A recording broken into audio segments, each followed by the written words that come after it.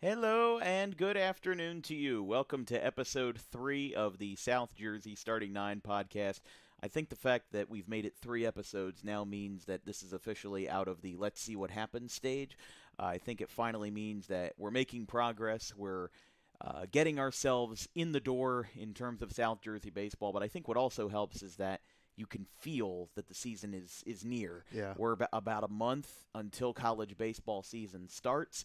College baseball practices have already begun, and we are, if I'm correct, it's January 21st. It would be just over, or maybe just under 2 months until high school baseball season begins. So we'll have a couple more off-season episodes, and then once the college baseball season starts, we're really going to start ramping it up. So as always, I'm Dan Wilkins. I'm joined by my co-host David Cohen of Rowan University, and this should be fun. I think that now that we have some more stuff to talk about, things are going to ramp up.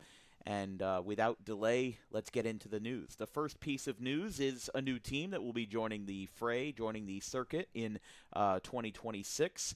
Salem Tech will add baseball and softball for the 2026 spring season. Obviously, they'll be a member of the Tri-County Conference. They've always had basketball, and they've been around for a while just as a school. They've been around for about 50-ish years, but athletically, they haven't added much. Up until a few years ago, they added field hockey this year, and their field hockey team went 9-4 in their first season. That's a darn good start. Pretty good. And I don't know a lot about field hockey, but I know that 9-4 is a good record. So they had that, and they also added soccer 2 years ago in 2023. So that will mean that all 6 Salem County schools will now field a baseball team. Salem City, Pennsgrove, Woodstown, Shalleck, Pennsville, and now Salem Tech, which, again, there's not a lot of high schools in Salem County to begin with. So now that circuit is full. We don't know yet in terms of what division they will play in. Obviously, if you're familiar with the Tri-County Conference, there are 2 divisions for small schools, 2 divisions for big schools. The Classic and the Diamond are for the Group 1s and 2s. The Liberty and the Royal are for Groups 3s and 4s, with the exception of, obviously, Gloucester Catholic. For Salem Tech, they would line up into one of those 2, but the 2 divisions that they could go in, the Classic consists of Pennsville, Pittman, Clayton, Salem, and Wildwood, and then Diamond will consist, as far as we're concerned, unless anything has changed, of Shalleck, Woodstown, Overbrook, Glassboro, and Pennsgrove. Now, I don't know where exactly they'll fit best, if you want my personal opinion on it, and I'll turn this over to you in a second. But in the Classic division, I feel like that's the best fit for them. The Diamond will be better if they're concerned about travel. I honestly think in New Jersey we bicker a lot about travel for no reason, because I have friends in Texas. I have photographers in Texas who they tell me about, oh, we have to play this divisional game. How far away is it? 3.5 hours.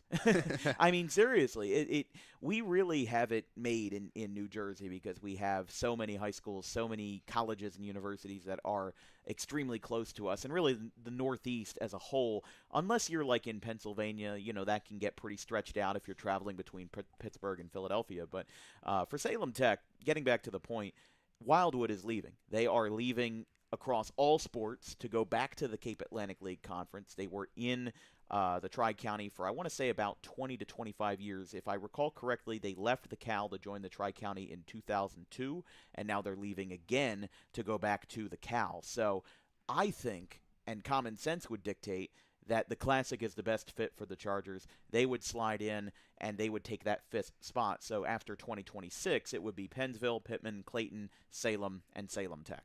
I would agree, because then you only have 1 year for the Classic, and the Diamond being uneven in amount of teams. And when Wildwood leaves at the conclusion of the school year, then Salem Tech, like you mentioned, they slide right in there. Even though the Diamond might be easier with the travel, like you mentioned, the Classic, I think common sense-wise, makes the most sense. Yeah, I mean, Pittman and Clayton, they're a bit of a hike. Obviously, they'll have to, rip off the Band-Aid and play Wildwood on the road once a year. We already mentioned Wildwood in our top 10 South Jersey venues from our last episode. But, yeah, I mean, there's 3 Salem County teams in the Diamond: Shalleck, Woodstown, and Pennsgrove. But, again, I think that travel shouldn't really matter here. Their biggest travel would be Overbrook if they were in the Diamond. Their biggest travel, obviously, will be Wildwood in the Classic. And then assuming obviously Wildwood will leave, their biggest travel after that would be Clayton, and even then it's only like 30 to 45 minutes. Yeah. it's not that bad. I think that it's literally straight up 295 to 322, and you're in Clayton. So I think as well, I'm actually excited for Salem Tech because this will be a good time for them to come in. Pennsville lost a lot of guys last year. Pittman lost a lot of guys. They're more or less starting anew with a very young roster. And while Clayton, Salem, and Wildwood, they weren't entirely competitive last year, they were all under 500. I think that now is the best time for Salem Tech to be there. It's if it was 2023 and Pennsville still had Luke Wood and Chase Birchfield Yeah. and those guys, and Pittman still had guys like Steven Devaney and Kyle Kubat and the Sharkey brothers, then I'd be like, okay, well, they're going to get crushed in the Tri-County Classic. But I actually think that for a first-year team, especially a tech school, I think that they're going to have at least, even if not an over 500 record, even if not just a handful of wins here and there, they're going to have a fairly competitive chance. I would agree. Like you mentioned, Pennsville and Pittman, they lost a lot in every sport, really, for the most part, in those two schools. And you see that a lot with the smaller schools. Year to year, they're losing a lot of talent. But yeah, Salem Tech, I think they'll be around the 500 mark, if not a little bit over. But it's a good year for them to slide in and get their feet wet. And let's just go on a quick tangent about Wildwood because they are going to the Cape Atlantic Conference after this season, and like we said, they were in the Cal up until '02. They left to join the Tri-County, and it was kind of a running joke at one point that everybody's got to travel to Wildwood at some point to play a conference game. And it did stick out. Wildwood was like, listen, they're far away from everybody else. Cal is here, here, here, except for here. That's Wildwood.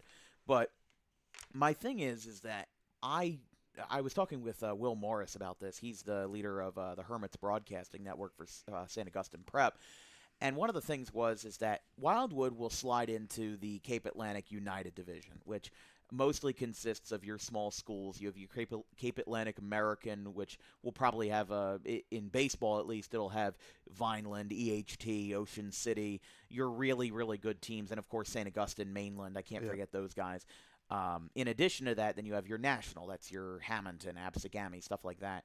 But for the United, that's where the small schools come in, and you have guys like Buna that are going to come in there, Cape May Tech. But there's not a lot of small schools in the Cape Atlantic. It's not like the Colonial where it's all small schools, and the Tri-County is a healthy mix of both. The BCSL is a healthy mix of both. I would say the Cape Atlantic, mostly because it's spread out more, will probably be it's probably one of the only conferences, if not the only conference in South Jersey. The Olympic. I forgot about the Olympic. Yeah. Okay, one of two conferences in South Jersey to be almost exclusively big schools. But talking to Will Morris, they'll only have two other Group 1s in their realm. It would be Buna and Cape May Tech. Group 2 would have Cedar Creek, Middle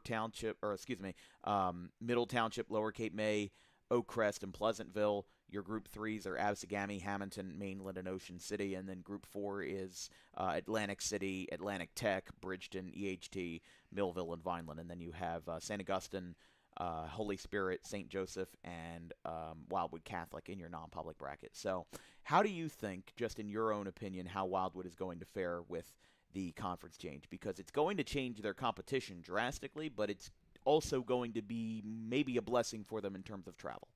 Yeah, the travel aspect is definitely easier, but I think their level of competition definitely takes a rise. I think the Cal is a little bit more talented than their division right now, in the Tri-County, actually a lot more different because that Tri-County Classic is really top-heavy with Pennsville and Pittman in the last few years. But I think Wildwood, they've had some good seasons in the past. Last season, 10-13, so just under 500. But they're in the United. There's a lot of small schools, like you mentioned, in that division, and I think they can still compete in the Cal. I think they'll be able to compete. And again, it takes everybody a little while to get their feet going. Yep. Obviously, Buna's had some very successful years under Tom Carney. When they were in the Cape Atlantic, they made it all the way to the Cape Atlantic American as a very small Group 1 school. So anything can really happen, and we'll just have to see. We'll pivot our news now to some unfortunate news we received earlier last week.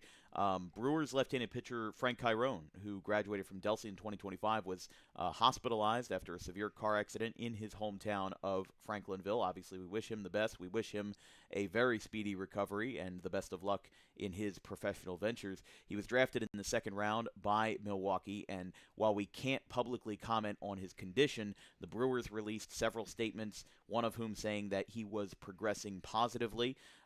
There was a statement. First of all, the accident happened just after the new year. Adam McCalvey, who is the Brewers beat writer for MLB.com, he released a statement from the Brewers saying left-handed pitcher and 2025 draft pick Frank Chiron was involved in a car accident yesterday in Franklinville, New Jersey. Frank is currently being cared for at a hospital in New Jersey with the support of his family. The Brewers' thoughts and prayers are with Frank and his family during this difficult time, and we will provide updates on Frank's condition as they become available. So obviously, not a good idea to speculate on what he could be having and what he could have had go wrong. But one thing I will say is that this happened in his hometown of Franklinville. I've driven through there a lot of times. Things can get pretty rough out there just in terms of those open country roads. And, obviously just such a talented individual. Don't want it to happen to anybody. But, Frank, a huge star for Delsey, a huge star for the first-year head coach Vincent Lundino, drafted out of the second round. We don't get a lot of guys. We are getting more, but still every year we only get one or two guys drafted out of high school. So we wish him the best of luck in his recovery, and we wish him a very speedy recovery in his progress. We'll move on as well to some more news that maybe isn't happy, maybe isn't sad, but it is news nonetheless. Kingsway and Camden Catholic have been bumped out of the Ralph Shaw tournament, and Paul Sixt and Ocean City are their replacements. As many of you know, I'm an Audubon grad, class of 2024. I've covered this tournament since 2022, and Kingsway, I was shocked that they are not returning. This is the first time since 2021 that they are not appearing in the tournament. Bishop Eustace will still appear, and the two matchups on Saturday, as far as we're concerned, it would be April 12th and 13th. It would be Paul Sixt versus Audubon, and then Ocean City versus Bishop Eustace, which I think is going to be a fantastic game nonetheless. Paul Sixt has frequently played Audubon in non-conference play. Believe they played them as recently as 2024 in the Coaches versus Cancer at Margate. They played. I'm pretty sure they played last year at Paul VI. I'm pretty sure they matched up. I kind of might have been late in the season. I don't know if I remember that for sure, but I'll believe you on it because they played in 2023. They played in 2024. My instincts would think that they played in 2025 as well. They should play every year. They're right down the street. Literally, where we are right now, we're in Audubon. I'm about 3 minutes from Audubon High School, and I'm about 2 minutes maybe from Paul Sixt. So, they are as close as you can get. Paul Sixt and Haddon Township, too, super close to each other. And again, that's what we talk about with New Jersey travel. We have several high schools that are within singular minutes of each other. And, Paul Sixt, again, they always give Audubon a tough fight. Audubon being near the top of the Colonial Conference. Camden Catholic was one and done. They did appear in the tournament for several years before COVID. Riverside was alongside them as well, but they came back in 2025. Cinnaminson had left after Eric Teasdale left as a head coach. They had appeared twice in the tournament in 2023 and 2024. And then Camden Catholic came in. They lost both of their games to Audubon and then to Bishop Eustace. They lost to Kingsway because the final was Audubon versus Bishop Eustace. So Eustace, the reigning champion from last year, remains. Kingsway, the outright tournament winner from 2024, is out. And of course, Audubon won in 2023. That was the last time that they took home the trophy. But I am really excited to see Ocean City make the trip up. I'm excited that they did, especially because it's a big commitment for them to come up an hour from Ocean City twice in a weekend. If it was a one-day showcase, it's one thing. But, we've seen a lot of local teams play in this tournament. Cinnaminson, Kings Christian, Riverside. It's one thing if you have to travel 20, 30 minutes per day, but the trip up at the Atlantic City Expressway to Audubon is certainly a hike. So I definitely like the fact that Andrew Bristol and company are making that trip up, and it's going to be fun to see the Red Raiders. Yeah, I know teams, they struggle to find competitive games in the early going. I think the Ralph Shaw is a great tournament, has been for many, many years. It kind of sucks that Kingsway's now out of it. Kingsway Eustace every year was a battle. We had some great games here on DWB, but hopefully we get to see them sometime later. But Paul VI and Ocean City, those are two teams that I like those additions. Paul VI and Audubon, we already mentioned, right down the street from each other. They usually play, if not every year, every other year.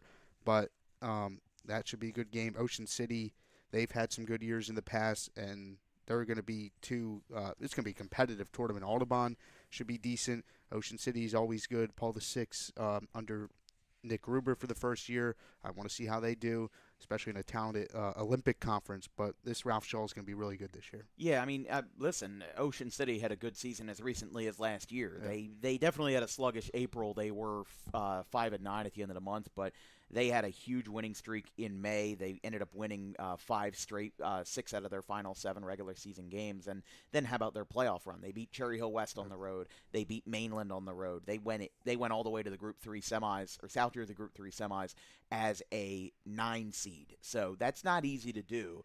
And I think that they're certainly bringing their best to the table. They played some really tough opponents. They held close to fellow Cape Atlantic opponent St. Augustine in April, but again, their biggest flaw was their divisional play. They finished 14-12. They're in a tough division, but they were 4-8 in division play. And yeah, the Cape Atlantic American. You don't need a rocket scientist to tell you that division is tough with St. Augustine, Mainland, Hamilton, Vineland, Millville. The list goes on. I mean, the worst team in terms of divisional performance was Ocean City and EHT, and they still almost finished above 500 overall. So it's one of those things where they're always going to be competitive. They're always going to be good, and Andrew Bristol's a great head coach as well. Had 19 wins in 2022, 13 in 2023. And they went 18-8 in 2024. Now they're without Evan Taylor, who is the Alabama commit, Yep. but they do have a player that I'm excited to see in Cameron Street. He's a commit to NJIT up in North Jersey, a Division I that honestly I'm surprised that not more New Jersey players get recruited to. I mean, you see a lot of guys go to Seton Hall. You see a lot of guys go to something like up north. If you were to go to a Division III, you'd go to like William Patterson or Kane or any of the schools up there, or you'd go to a school in New York. But NJIT, a lot of people forget about them. They're Division I. They're a pretty solid mid-major. And Cameron Street, he had a 4.4 ERA as a junior, but I expect him to bring that down. He had a phenomenal sophomore season, and I think he just got dealt a bad hand with the opponents that he played for Ocean City last year. So I expect him to have a really good senior year, and maybe he'll pitch during the Ralph Shaw tournament. Yeah, that would be nice to see if he could pitch. But NJIT, just going back on that, that's a beautiful stadium, Yogi Berra Stadium. But I think mainly people forget about it is because it's an Institute of Technology school. Maybe that's why that drifts some guys away, and they go to the Seton Hall. They go to the Division III in Keene. But Well, it's yeah. not like all tech schools are, completely forgotten about. I mean, listen, Texas Tech is a Yeah. huge tech school, and Florida Tech is one of the best teams in Division II. Georgia Tech, I can go on and on. But, listen, especially in Jersey, we have a lot of choices when it comes to colleges, especially up north. Down here, we don't have that much, but Yeah. we'll talk about that in a little bit. But that is some good news. But it's good news that we're seeing more teams coming in instead of the same teams over and over again. Again, as an Audubon grad, I'm excited to see Audubon playing some tough competition. I know that Richie Horan in his I don't even know how many years he's coached Audubon. 1992, do the math. That's 34 years. So We don't do much math around here. no, I'm a community college student. So with that being said, though, it's fun, but I've covered it since 2022, and I've known Bishop Eustace and Kingsway to be a thriller every single time. 2022, Kingsway's Carter Williams had a 3-run home run in the 6th inning. Kingsway won that game 3-0. 2023, I believe it was Nate Mayers had a walk-off bunt in that game. They won the game 9-8. And then 2024 was even better. We saw an incredible game in that one as well. Landon Mack hit 2 home runs. The now Rutgers pitcher, unless he's transferred. Tennessee, yeah, he did transfer out. I forgot about that. But they still have another pitcher from Eustis in Jack Kirchner, who did really good during his freshman year. But I'm getting ahead of myself. We will get to that at another time. For those that have been living under a rock, it's basketball season. We have been highlighting the basketball season a lot on Dan Wilkins Broadcasting. We've got a game tomorrow, Timber Creek at Kingsway. We'll be seeing a handful of Timber Creek players and Kingsway players who also take on the Diamond. But, David, you highlighted some players on the basketball floor that are also stars on the baseball diamond as well. Yeah, Sean Carr back. He's had a really good year for a very talented Eastern basketball team. They're off to a really good start. I guess not off to. We're more than halfway through the basketball season. But, yeah, he's averaging 13.3. He's a really good baseball player as well. Interested to see how Eastern does this year without the Phillies draft pick Logan Dawson. Connor Chestner of Audubon. He leads the Colonial in blocks per game. Keegan Cohen, he just reached 1,000 points for Gloucester. He's also a very talented two-way athlete for baseball and basketball. He's averaging 20.8 points per game this season for the Lions. Mason O'Brien, Pennsville, Blake Bielecki for Woodstown, and Seamus Bieng for Camden Catholic. Yeah, Keegan Cohen, he recently hit his 1,000th point as recently as Friday, actually, versus GCIT. Lifelong Orioles fan, and he's he's a great kid. He's somebody who is just, he is a team leader, and he can do it in basketball. He can do it in baseball. Obviously, had a decent role in the 2024 South Jersey Group 1 championship that Gloucester had. They're going to hold on to that for a long time. Their first sectional title in baseball in 50 years. Yeah. That was one of the best games I had ever covered. Aiden Daly, the walk-off sac fly. It was actually 50 years to the day that that Gloucester had won the sectional championship. Well, somebody told me it during the middle of the game, and I was originally upset because I was like, I got a headset on. Don't talk to me while I'm doing this. And then they told me that, and I'm like, wait a second, that's actually really, really cool. And then it was 4-4, bottom of the seventh, and Aiden Daly hit that fly ball to center field, and Gloucester won it all. So, obviously they didn't fare in the Group 1 semis, but honestly, now they're in Group 2. Yeah, now they're in Group 2. But the way I see it is that a sectional championship means so much more than a group semifinal loss. I think, listen, if you don't win a state championship and you can still bring home the sectional championship, I think that those are the two most important things. Because a sectional championship still carries weight. I still see it as an important stepping stone for cementing your legacy. I think that, honestly, if you asked me, if you showed me those reference papers of player A, player B, or how about coach A, coach B, if you showed me a head coach that had 8 sectional titles and 0 state titles, I still would call them a great head coach, and I would still call them a legendary head coach. Compared to if they only had 2 sectional titles and 1 state title, I'd be like, okay, they're good, they won it all, but they flamed out. And, maybe I wouldn't compare it apples to apples, but it's just one thing where when we talk about, legacies and we talk about the teams that are good, there's a reason why we do this podcast, because there's some teams even up on this board that are legendary. Yeah. There are teams that are trying to become legendary.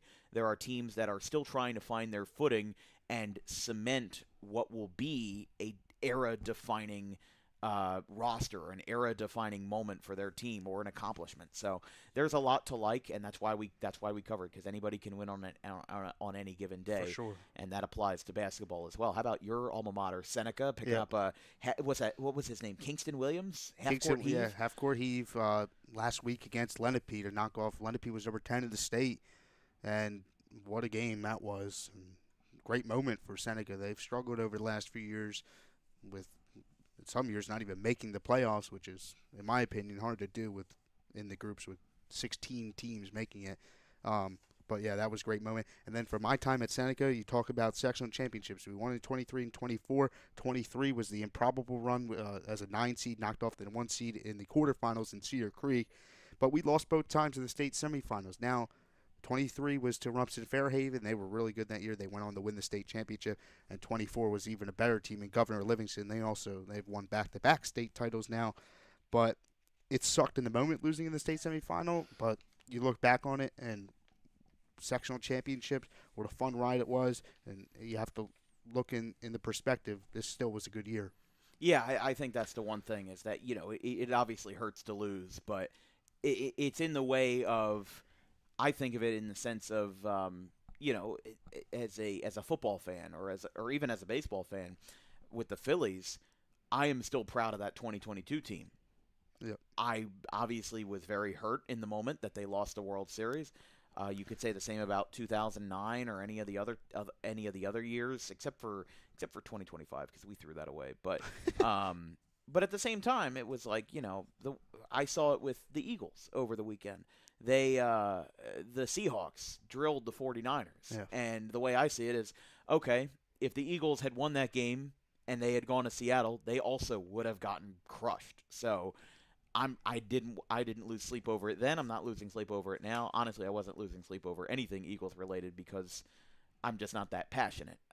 I think I've told people publicly that if I had, you know, all the will in the world, I would trade the Eagles' second Super Bowl ring for a Phillies World Series ring. But I know I'm in the minority on that by a large margin. But let's talk about college baseball. We've advertised this episode as a college baseball showcase or as a college baseball episode.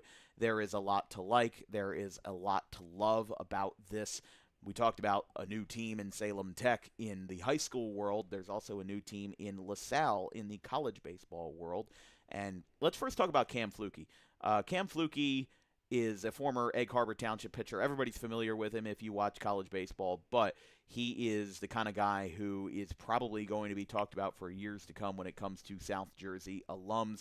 Caden Bodine obviously being one of them, but I think that Caden Bodine, he was revered out of high school, but Cameron Flukie was followed at the national stage out of high school. He immediately became a draft radar target for major league teams out currently in high school at Egg Harbor Township. Caden Bodine didn't really have that same love. He kind of had to prove himself at Coastal Carolina. And honestly, if you watch the footage of when we covered Caden Bodine in 2022, he did not have a lot of the muscle that he has now. He really bulked up when he was in college. A lot of it changed. But for our sakes, Cam Flukie, he was ranked number 9 on the MLB.com 2026 draft board. There were a handful of New Jersey prospects that were in the top 100. And looking at that list, he was, as far as we're concerned, he was the number 3 pitcher and the number 1 college pitcher and the number 1 right-handed pitcher. So the only 2 pitchers ahead of him, looking at the draft board, we'll actually pull this up on our screen while we're at it. Let's see if we can get this going. Here we go. So for our sake, as we adjust this, the top 11 are on your screen right now. Rock Cholosky of UCLA, he's number 1. Grady Emerson of Fort Worth Christian in Texas, he's number 2. Obviously, Justin LeBron of Alabama is number 3. He honestly might leapfrog this high school kid because Justin LeBron, he's going to have, I think, such a good year in the SEC for Alabama, but he's not a South Jersey kid, so let's move on.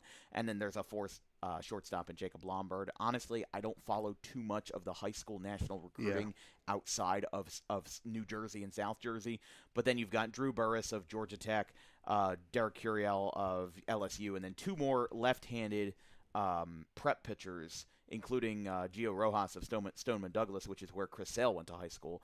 And then Carson Bowman. Cam Flukie is 9th, and he is, as we said, the number 1 pitcher out of a college and the number 1 right-handed pitcher. So yeah, Cam Flukie's a big deal. Yeah. He was higher on the draft boards than Caden Bodine really ever was. I mean, he was high up there, but he was drafted 30th overall by the Baltimore Orioles, and now he is on the Tampa Bay Rays. He got traded, I believe. I know he got traded. Bodine, yeah. Bodine got traded in that Shane Baz trade. I couldn't remember if it was a 3-team trade or not, but yeah. I think it was Baltimore, Tampa, and Miami. But either way, Caden Bodine is now in Tampa Bay. So his stint in Baltimore did not last very long. Did he even play?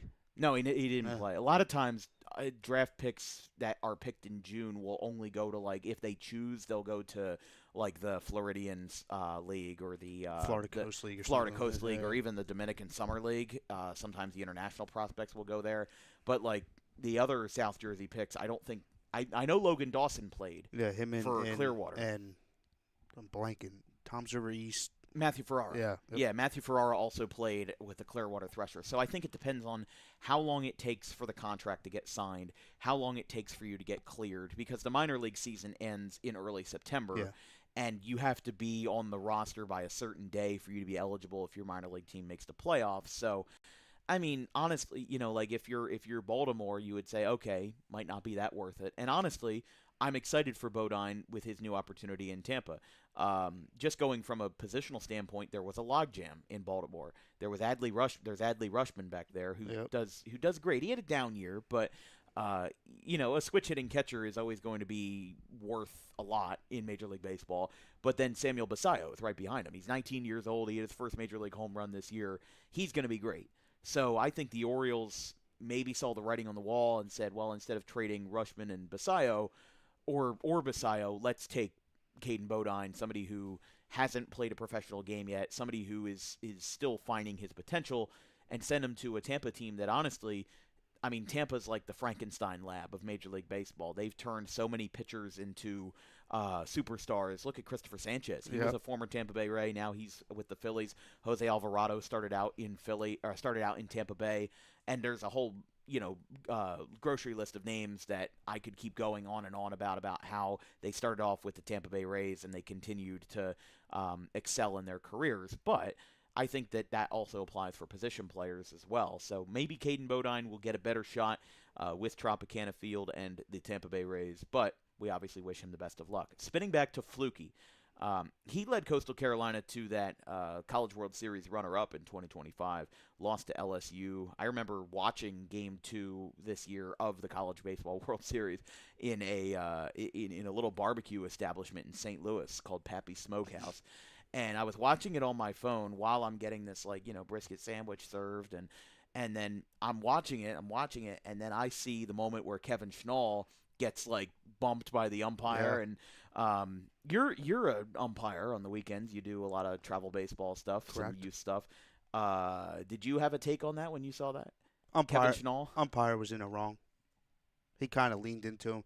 Now Schnall, I would have thrown him out probably because you can't argue balls and strikes. That's like the golden rule. That's the cardinal rule. Yeah, but obviously from the video you could tell the umpire backed up, and that home plate umpire had a history of something fishy. So yeah, the whole situation was a mess. And I know that Coastal Carolina fans and even fans of players from Coastal Carolina, like fans of Caden Bodine or fans of Cam Fluky or even fans of Jackson Smallets, and who's now at Coastal Carolina, are going to say, it still haunts us. It still should have been, whatever. But bygones are bygones. And honestly, Coastal Carolina is so good, I'm not ruling it out that they could absolutely do it again. I mean, the Sun Belt is going to be an interesting conference. James Madison's going to give them a run. Troy is going to give them a run. I honestly think the conference is going to come down to Coastal Carolina and Troy, just because Troy had such a good run last year. They were, I believe, ranked as high as 18th, if I recall correctly. So obviously Coastal Carolina is going to be that powerhouse. There were several top 25 projections that came out, and Coastal Carolina was hovering around the top 5, top 7 or 8 mark. But regardless, it should still be fun, and Coastal Carolina should still have their second MLB draft alum in as many years with Fluky and Caden Bodine. And of course, don't forget, we'll talk about them in a minute, but we also mentioned Jackson Smallets, the Gloucester Catholic right-hander, is headed and in his freshman year at Coastal Carolina. And don't forget about Frank Tyrone. Before he got drafted by Milwaukee, he was committed to Coastal Carolina, so they would have had a beast over there. But instead, he's taking his talents to American Family Field. There you go. I still think it should be called Miller Park. I'd still call it the Wells Fargo Center in Philadelphia. But I think everybody does. Yeah. I'm glad, just quick tangent, because we are actually good on time. We didn't run over time today. Shocker. We got to college baseball within 30 minutes. That was a shocker. But the Xfinity Mobile Arena, I was worried for all of the Uber drivers in Philadelphia, because if they still had to go to Xfinity Mobile Arena and pick up customers at Xfinity Live, I think that would have been a problem. So I think they're lucky that they got a sponsorship, and it's Stateside Vodka that they're sponsored. I find with. it funny that they couldn't find any company put their name on the arena. So it's a Comcast-owned company. Yeah, that's certainly interesting. But I'm trying to think of all the names they've had. The First Union Center, the Wachovia Center, then the Wells Fargo. I don't think I'm missing anything, because it was the Wachovia. Spectrum. Well, that's a completely different building. What was that, torn down? 2009, I think it was, because there was a while where both of those arenas existed at the same time. First Union Center opened in 1999, 2000, and then the Spectrum. I remember because I have the CD of Pearl Jam's last concert at the Spectrum, and it was the last event at the Spectrum in 2009. But my point stands that those two buildings existed, within each other for about 10 years, and then it became the Wells Fargo Center. I remember it was the Wachovia Center when the Flyers were in the 2010 Stanley Cup Finals, and the Blackhawks had that game-winning goal to win it. That still hurts too, but yeah. Otherwise, though, Xfinity Mobile Arena, I don't know what. Listen, I don't think Lincoln Financial is coming off of the Eagles anytime soon. I think Citizens Bank Park is locked into the Phillies. I think Subaru Park might be getting a change soon for the Union, but this is not a Philadelphia soccer podcast. This is a South Jersey baseball podcast, and Philadelphia by extension, because the next team that we're going to talk about is LaSalle. Yes, LaSalle's bringing back their baseball program. We mentioned it briefly in the Open, but they last played in 2021, and they are going to be back in the Atlantic 10 Conference, as all of their sports are. But they recruited 11 South Jersey talents to the Explorers for 2026, and several names to highlight included Josh Manganiello, the left-hander out of Williamstown, Dante Eduardi out of Ocean City. He is a transfer from Fairleigh Dickinson. Chase Swain out of Woodstown, Connor Calora out of Bordentown, Zanichi Steve out of Morristown, Josh Litsky out of Cherokee, Lucas Edwards out of Bishop Eustis. A lot of pitching, which I think is going to help them. You need pitching in college baseball these days to succeed, especially as a mid-major. People talk about college baseball. Let me just say, people that don't really know a lot about college baseball will be like, oh, why did we draft this guy? He's got an ERA of like 4 or 5. In college baseball, you know that they are very high-scoring games, and the offense. Think about the fact that they have metal bats. The scoring is a lot more, and a 4 ERA for a college baseball pitcher is a lot like a 2.5 or a 3 ERA for a Major League Baseball pitcher. The standards are different. So when you get a pitcher that has an ERA under 2 or under 3, it becomes all the more valuable because that is beyond the expectation, and you're now going into really, really good status. Yeah, I saw a clip the other day of Kyle Schwarber in college with Indiana. Yeah, Indiana. And with a metal bat. Just put that picture in the back of your mind, the smoke coming off that bat. It was Kyle Schwarber with a metal bat. You imagine that? I don't want to be the pitcher that has to face Kyle Schwarber. Put up an L screen for me or something. Put up an L screen and give me like one of those metal masks, like so softball wears.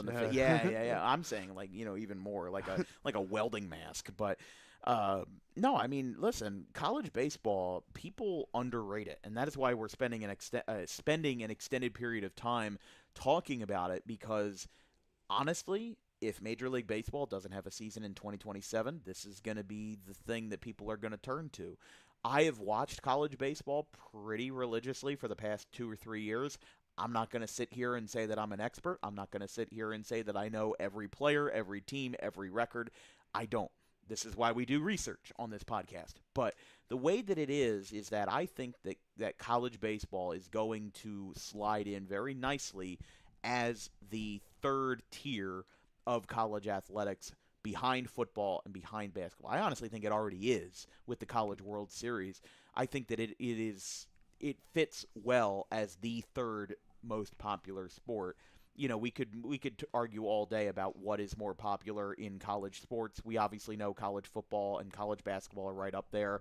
You can argue whether or not March Madness is as popular or more popular than college football and the national championship. There's a million different factors, but college baseball, we know, is not going to catch up to college football or college basketball. No. Baseball as a sport does not catch up to football or basketball in general, in any level. High school football games are always going to be more attended than high school baseball games. We know that. We are aware of it. We are conscious of it, but we are looking to grow the sport and grow the exposure of the sport nonetheless. When we talk about college baseball, though, it is South Jersey's best connection to professional sports. And the way that I see it is that you look at all these players committing. All these players committing to Division I colleges. We've just talked about Cam Flukie and Caden Bodine. We talked about 11 South Jersey players that are Division I on LaSalle. There's a handful more at University of Delaware. There's a handful more at Rutgers, NJIT, Seton Hall. a whole bunch of other ones as well, and even further out, like in Big Ten SEC schools. Alex O'Dude is going to Arkansas. Yep. Cooper Birdie was committed to Tennessee, but has decommitted in the He last just couple of months. visited Wake Forest the other day. I saw that on. Would join a really nice pitching staff over there. Yeah. That might be a discussion topic for another episode. Laronis of CBA. Yeah, he's still there. Yeah. Could be a 2026 or 2027 MLB draft guy, but yeah, I mean Lavonis was drafted by Milwaukee, the same team that picked Chiron, so they've got an eye on South Jersey. That's what I'm saying is that yes, there are South Jersey players that have been successful and are successful in the NFL. Joe Flacco, my hometown, my alma mater, Audubon. Jonathan Taylor of Salem is currently with the Colts. Isaiah Pacheco of Vineland is currently with the Chiefs, has won several Super Bowls there. We could go on and on.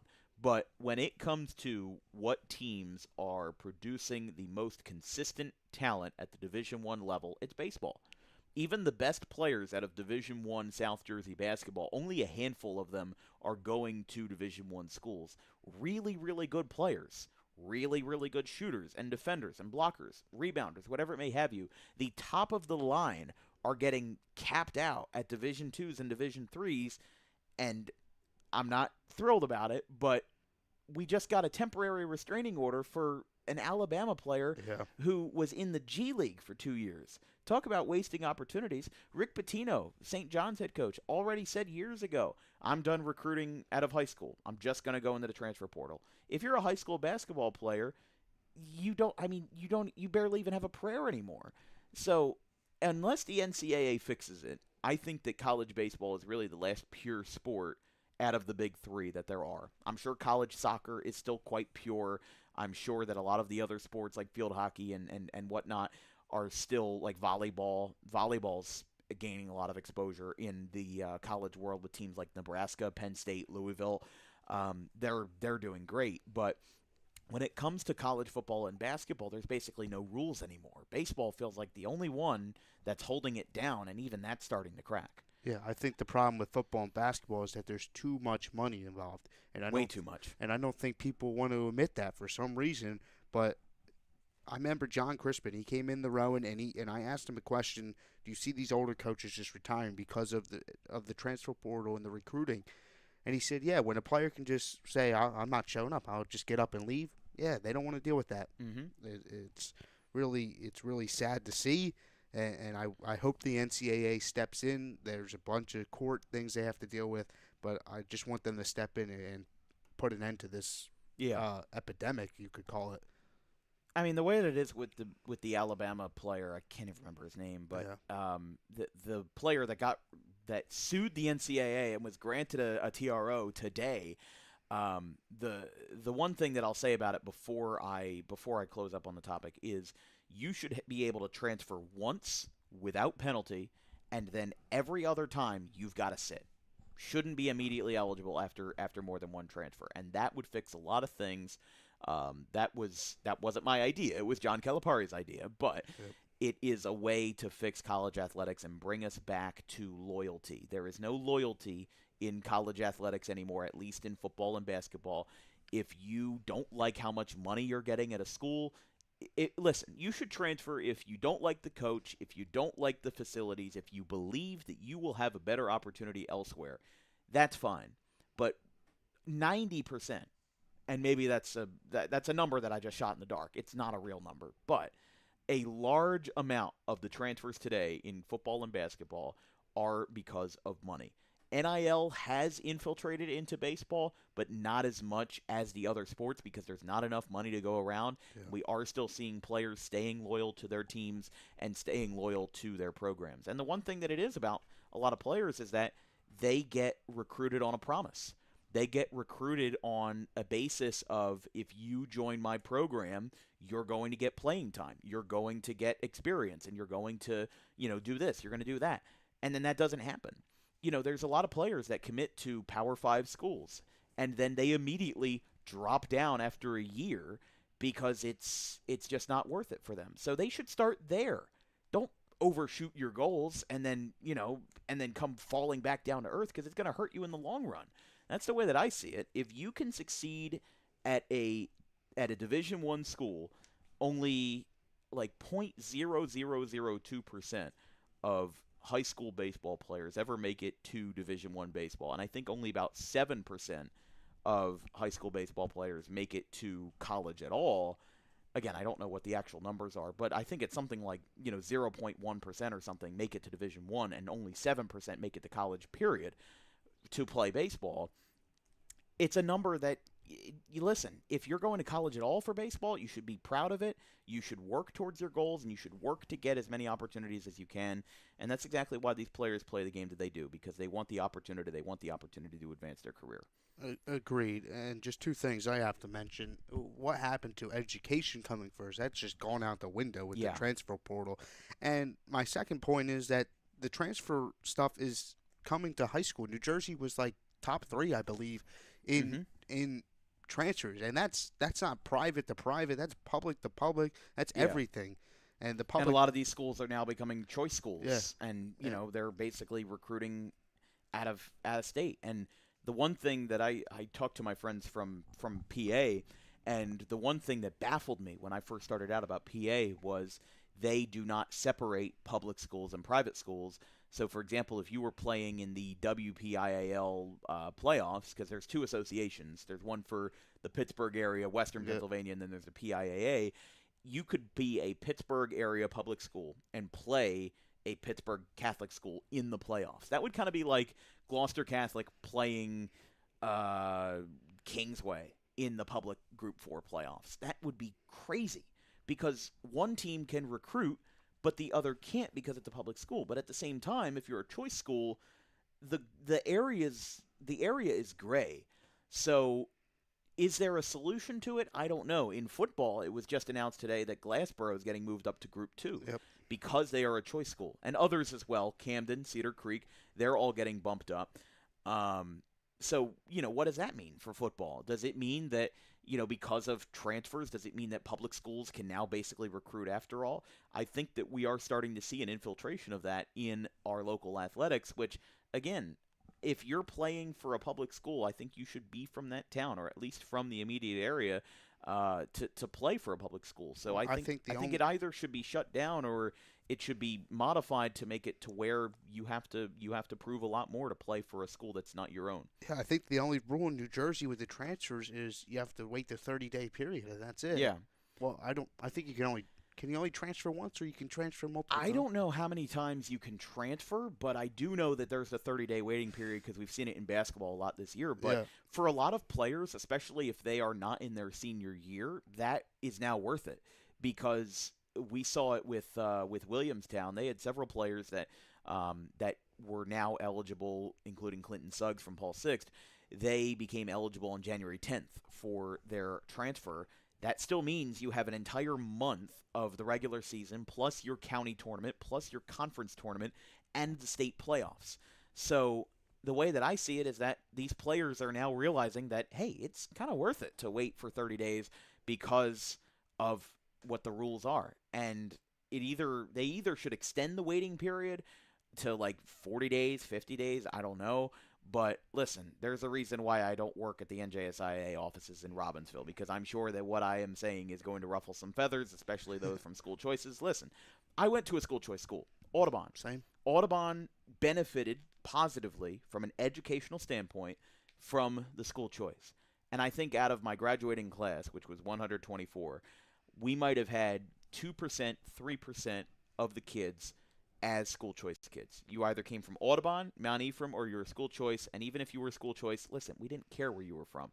We cared that you were around the rest of us, and it was listen, everybody knew everybody, and that's why I couldn't go to a big high school, because I like the idea of knowing everybody and being cordial with everybody. But my point is that as we get deeper into this college and baseball high school season, we're going to see transfers that are going to have to wait the 30-day waiting period. We're already aware of a few transfers that have happened, like Tyler Rogers. He's transferred from Paul Six to Kingsway, among others. But the way that it is that when you have a system to where the professionals have a bit of a broken system, the collegiate system is incredibly broken, that is going to trickle down to the high school level, and we're right now seeing the negative effects of it. Agreed. And like you said, there's got to be there something's got to be figured out at the NCAA level, at the high school level, because when I found out that New Jersey was like top of the nation in transfers, I was stunned. Like when did this start? After the pandemic? Because this was never a thing Yeah, like prior to that, at least not to my knowledge. right. But it's insane, and we'll see what happens in the near future with it. Yeah, I can only imagine like if this was a thing 20 years ago and Reggie Bush transferred out of USC to go play for Boise State or something. Like I'm saying that idea alone seems comical 20 years ago. Yeah. Imagine if Christian Laettner committed to Kentucky after playing for Duke and he goes from one blue blood to another and he doesn't have to wait, or even if you were drafted professionally like James Najee out of I believe he's now in Oregon. You would know more about college basketball than I do. Is that the guy from? There's some He guy was drafted 31st overall in 2023. Baylor, I think he's at. Baylor, Yeah. yeah. It was one of those green and gold schools. But he's now playing college basketball. Multiple players now are playing college basketball after spending time in the professional G League. So that brings me in we're going to talk a little bit about JUCO to wrap up the podcast, but let's get back into LaSalle. LaSalle had 11 players that were recruited out of South Jersey. I'm really excited for them. I'm always excited for a new team. And I think that with more and more schools dropping sports, I think that a school like LaSalle in the Philly Big Five, which already not all of their schools have baseball. St. Joe's does, Villanova does. Temple has not had baseball since 2014. And what are the other ones I'm missing? Penn has baseball. Drexel. And Drexel, I believe, has baseball. I'd have to look into that. I Yeah. didn't do any research on that. But that's still several schools that did not have baseball before the start of this season. And to grow a baseball team in a heavy metropolitan area like Philadelphia, I mean, listen, they already had the resources for it. They already had the facilities. It's not like they tore down the baseball stadium and it went away. They're just reusing it now, and they're getting it back to life. I'm very excited to see them play. Yeah, we talked about before how these Philly schools, South Jersey's right in your backyard. Why aren't you scooping these guys up? So for LaSalle to have 11 South Jersey connections, that's great, and I'm really interested to see how they do in their first season back. I'm pretty sure it's the same coach right? It's just the same. I believe it's the same coach, yes. Yeah, so we'll see how it goes. It's going to be interesting to see. The A10 is kind of wide open, really, in every sport. It's wide open. Basketball, it's always like a one-bid league to the March Madness, but we'll see what they can do, and they got a lot of talent on their hands, especially from this South Jersey area. Well, I don't know how they're going to do in the A10 in their first year. Obviously, I mean, the best team in the A10 is Rhode Island. Yeah. I mean, easily. They had such a good year last year, and they're retaining most of their roster. George Mason was pretty good. Davidson was pretty good. St. Joe's was fifth in the A10 last year. So there is a lot to like. I think that LaSalle is going to be coming into a conference that certainly has room to improve. They only had their third-place team, Davidson, had a sub-500 overall record. They only had a handful of teams that were over 500. Richmond had a really good non-conference slate, but a really bad conference schedule. So there's a lot of room that could shift around, and for LaSalle, they could definitely make a change in their first season back. But we talk about all the schools that don't have the Power 5 schools that don't have baseball. Boise State hasn't had baseball since 2020. Wisconsin hasn't had baseball since, I think, 1981. There's a whole bunch of schools that don't have it. Not a whole bunch, but a handful of Power 5 schools. The biggest one to me, though, is Wisconsin. They don't have it. I believe, what else am I missing? I know they're not Power 5, but Colorado State doesn't have it. I think it's a difficult sport to garner interest in if you don't have it already, especially if you're in an area where the baseball talent scope isn't all that bright. Like, listen, Wisconsin, they're popular for baseball, but you have all the D3s out there, like Wisconsin Whitewater, Wisconsin Eau Claire, Wisconsin, Oak Knoll, whatever. There's so many Wisconsin, UW Oshkosh. I could go on. There's like at least 10 different Wisconsin satellite schools that are D3. The number one team in the D3 rankings for the preseason is Wisconsin Whitewater. Have you seen their facility? Oh, it's crazy. Yeah. For Division 3. It's like a Division 1. Yeah. And that's the thing is that, if you have all those D3 schools competing for talent, a lot of those guys are going to transfer up to D2 or D1. So, yeah, there's a lot to like. And I think that this season is going to be fun for LaSalle, and I think it's going to be a good test. They're going to have a lot of local competition. I think that's what I like about the mid majors is that I mean the opponents that they have to travel the most far is St. Louis, the University of St. Louis, the Yeah. Billikens. I actually visited. Not visited, but I drove through the campus when I was in St. Louis Yep. this year. But a lot of them are East Coast guys. George Washington in D.C., St. Bonaventure, VCU, UMass, which I believe UMass is. I don't know if they're moving to the MAC for all sports. Are they in the I MAC for think just college football, basketball? basketball. Yeah. Okay, then I don't know if they're moving to the MAC for baseball. But still, you have Rhode Island, George Mason in Virginia, Davidson. But the farthest team that they got to face is St. Louis, which does feel like a bit of an outlier. But my point is that as a mid-major, they don't have to travel too far, and they're going to have a lot of picturesque home games for LaSalle. But continuing our college baseball coverage, we'll also talk about the NJAC, the Division III New Jersey Athletic Conference. Obviously, things are going to change after next year because New Jersey City University, NJCU, is going to merge with Kane.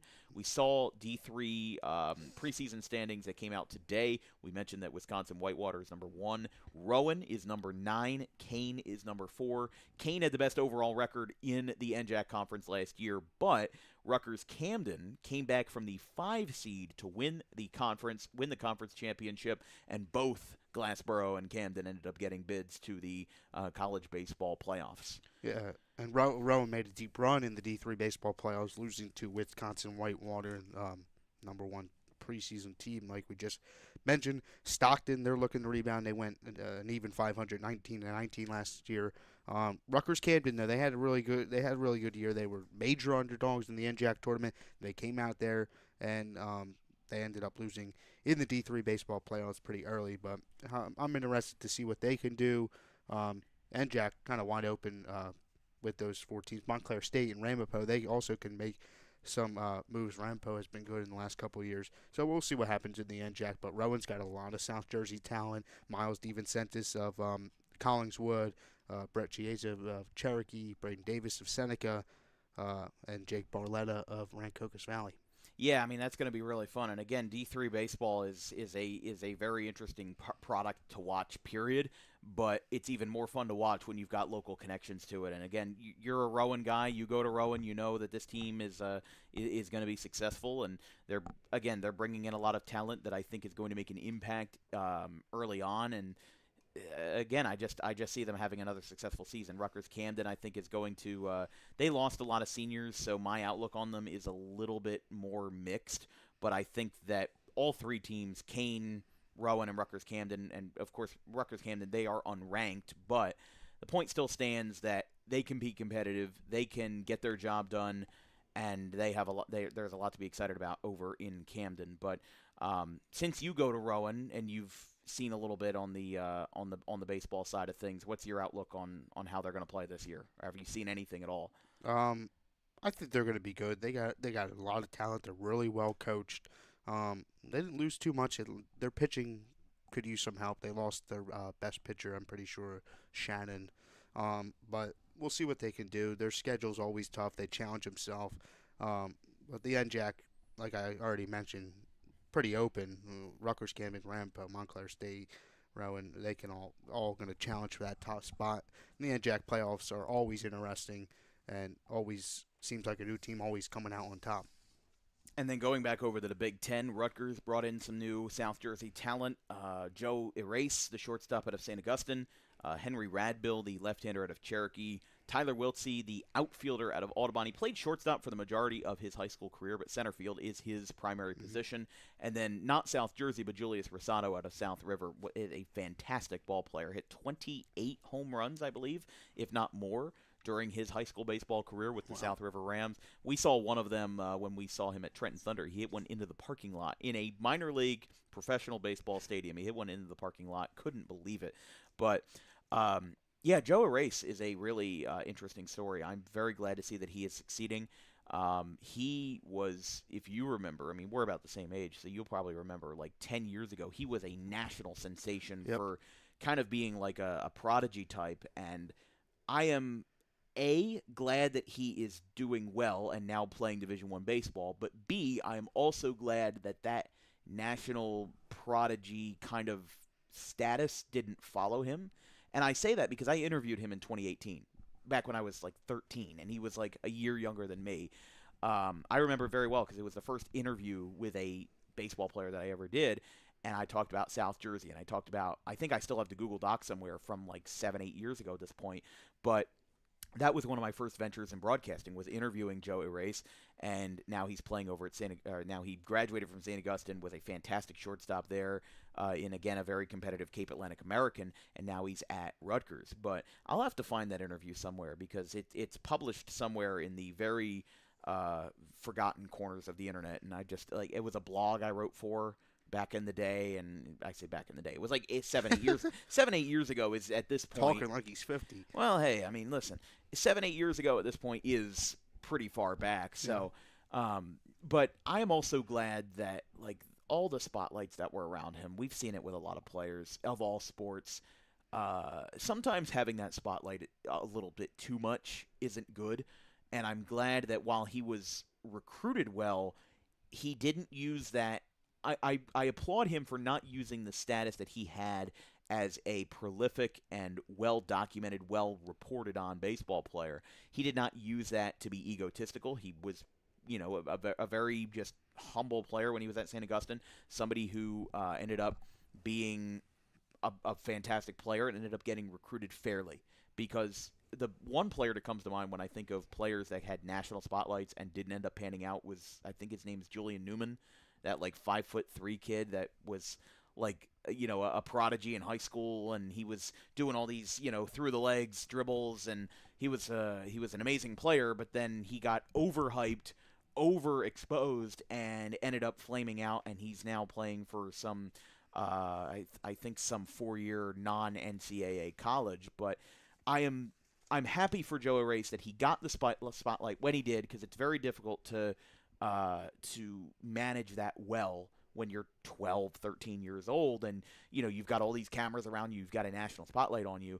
To have that and turn it into a good character-defining career in high school, and now joining Steve Owens and Rutgers over in New Brunswick, I think is a very good thing. And he's, of course, going to be joining Henry Radbill and Tyler Wiltsey over there for South Jersey Products. Yeah, he earned his right to go to Rutgers. He had a really good 4 years with St. Augustine.